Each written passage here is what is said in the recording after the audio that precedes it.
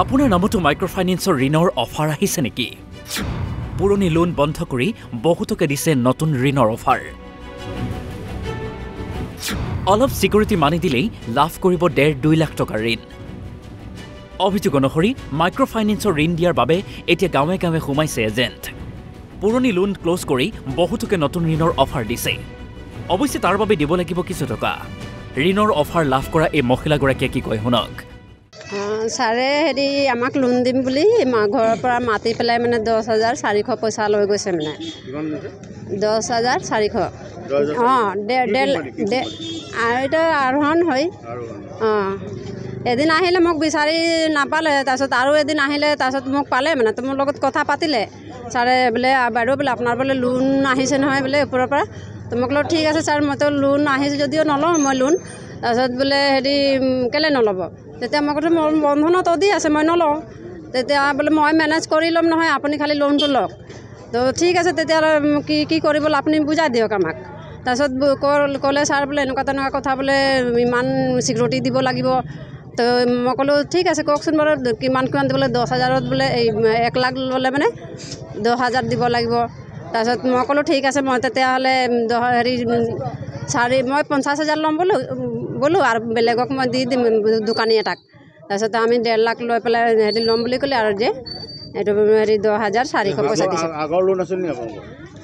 আগৰ আছিলে মই চলাই আছিলোঁ লোন তাৰপিছত ছাৰে মোক এদিন আৰু আহি পেলাই ক'লে মোক বোলে বাইদেউ আপোনাৰ অফাৰ আহিছে তো অফাৰটো আহিছে তেতিয়া ভোট কাৰ্ড ফটো উঠাই পেলাই লৈ গ'লে আৰু 1800 টকা মই হেৰি পইচা দিলোঁ কিস্তিত দিলোঁ মানে গোটা কিস্তিত দিলোঁ মই ৰিচিপ্ট আছে অঁ তাৰপিছত আৰু গোটা কিস্তি দি পেলাই মোক ক'লে বোলে আপোনাৰ লোনটো মাফ হৈ যাব তেতিয়া মাফ হৈ যাব 5-6 মাহৰ পাছত আৰু আহি পেলাই এইটো 10,000 পইচা লৈ গৈছে 2,400 অঁ চিকিউৰিটি খালি আগত দিব লাগে বুলি ক'লে।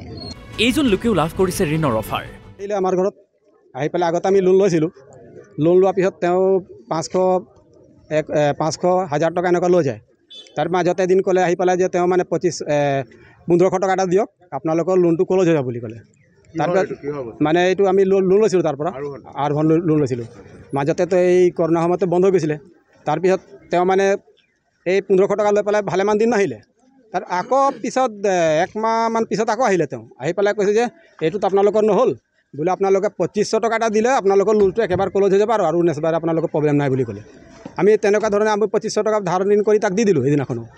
দি দিয়াৰ পিছত আৰু 10-5 দিনৰ পিছত এই আহি চালে কৈছে যে আপোনালোকে লোন লওক আপোনালোকৰ হেৰিটো ঠিক আছে নহয় MS টো ঠিক আছে কাৰণ আপোনালোকৰ লোনটো লওক আপোনালোকৰ নামত অফাৰ আহিছে বুলি ক'লে তো মই ক'লোঁ তাক যে আমি মোৰ অকলে কাম কাৰণে মই দিগদাৰ হওঁ আমি লোন নলওঁ বুলি ক'লোঁ সেইদিনাখন গুচি গ'ল তেওঁ কিমান টকা লোন ই মানে কৈছে আপোনালোকে যিমানে ল'ব পাৰে ইমানে ল'ব পাৰে ন কৈছে তাৰপিছত আমি দিব পৰাটো হ'ব লাগে বুলি ক'লোঁ তাক আৰু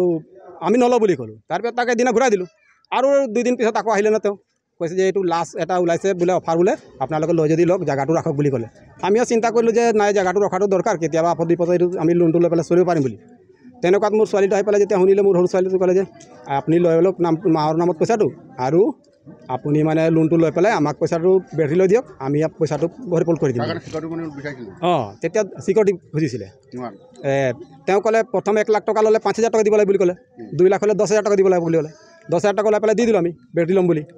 তাৰপিছত ই এদিনৰ পৰা নাই আৰু অফিচত যাওঁ অফিচত এজন বহে তাহাঁতৰ মেনেজাৰ বুলি কয় তাৰ লগত যেতিয়া যাওঁ তেতিয়া ই মানে এনেকুৱা কম্পিউটাৰটো চলালে আৰু কি কয় যে তহঁতৰ আগত লোন আছিলে এইটো লোনৰ কাৰণে তহঁতি পইচা নাপাওঁ আচলতে এজেণ্টে দিয়া ঋণৰ অফাৰ ভুৱা অফাৰ দেখুৱাই সাধাৰণ লোকক লুটিছে এজেণ্টে। এই ঘটনা সংঘটিত হৈছে বোকাখাতত। অঞ্চলটোৰ বহু লোকক এনেদৰে এজেণ্টেই ভুৱা প্ৰলোভন দেখুৱাই হাজাৰ টকা লুটিছে। অৱশেষত এনেদৰে অফাৰ দি থাকোঁতেই ৰাইজে এজেণ্টক কৰায়ত্ব কৰে। শুনক কি কয় এজেণ্টে। লোনটো চলি আছিলে লোনটো মানে কি তেখেতৰ লোনটো আগৰ লোনটো কটুৱাই পেলাই লোনটো দিয়া ব্যৱস্থা কৰিছিলোঁ কিন্তু তেখেতলোকৰ এটোৱে লোন নহয় তেখেতলোকৰ বেলেগৰ লোন চলি আছে তো বেলেগত লোন চলি থকাৰ কাৰণে ফাইলখিনি ৰিজেক্ট মাৰিছে ৰিজেক্ট মাৰি আমি লোনটো দিব পৰা নাই মানে তেখেতলোকৰ আগৰ লোন আছিলে না এক্সট্ৰাকৈ লোৱা নাই আৰু যি পইচা লোৱা হৈছে সেইবোৰ অফিচত জমা হৈ গৈছে লোন দিম বুলি কৈছিলে আগতে চোৱা নাছিলে নি তেওঁলোকে লোন দিম বুলি কিয় লৈছিলে চাওক তেখেতলোকৰতো লোনটোতো আমি দি আছোঁ বৰ্তমান ইয়াতে বহুত কিছু বাইদেউ লোনটো পাইছে তো আমিতো লোনটো নিদিয়াটো নহয় দি আছোঁ লোন দিম বুলি কৈছিলে কিন্তু আপোনালোকে চিভিল চোৱা নাছিলে নি প্ৰথম আমি চিভিল চোৱা নাছিলোঁ কাৰণ অলৰেডি আগত বাইদেউহঁতে ভালকৈ ঘূৰাই আছিলে ভাবিছোঁ বাইদেউহঁতে চিভিল ভাল হ'ব আপোনালোকক কি নিপেন শইকীয়া আৰু কি নাম আপোনাৰ নিপেন শইকীয়া